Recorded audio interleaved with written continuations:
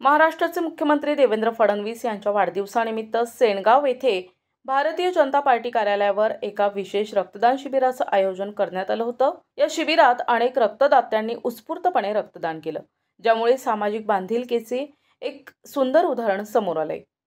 सेनगाव शहरातील भारतीय जनता पार्टी कार्यालय येथे आयोजित या रक्तदान शिबिरात भारतीय जनता पार्टीच्या कार्यकर्त्यांनी मोठ्या संख्येने सहभागी होऊन रक्तदान केलं।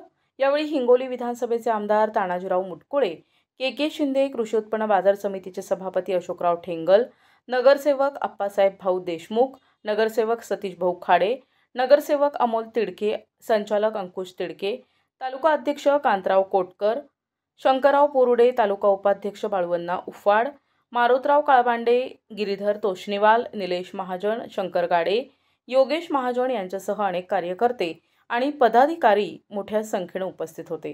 ग्रामीण रुग्णालय सेनगाव येथील डॉक्टरांनी योग्य तपासणी करून या रक्तदान शिबिराची संपूर्ण प्रक्रिया यशस्वीरित्या पार पाडली आहे। प्रतिनिधी महादेव हरण, NTV न्यूज मराठी, सेनगाव, हिंगोली।